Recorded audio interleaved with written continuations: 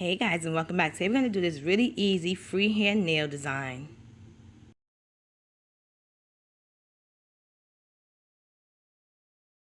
So I'm going to use this sheer polish by Girly. It's a French manicure. It's called Sheer Nude. I'm going to use this glitter hollow polish also by Girly, and it's called Shine On Crazy Diamond.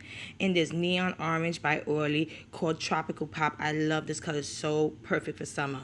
Now I already painted my nails with the sheer polish and the glitter hollow polish just to give it a more glam look. Now I'm going to apply the neon orange kind of in a wavy line, and I'm going to fill in the tip of my nails.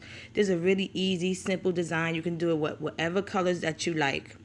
Now what I did with the dots colors is I mixed white with the sheer just to make the sheer a little bit more darker so that you can see the dots in the design. I just love this design. It's really cute. You can add as many colors as you want. I didn't want to go overboard because I wanted the neon orange to be like a standout because I just love it.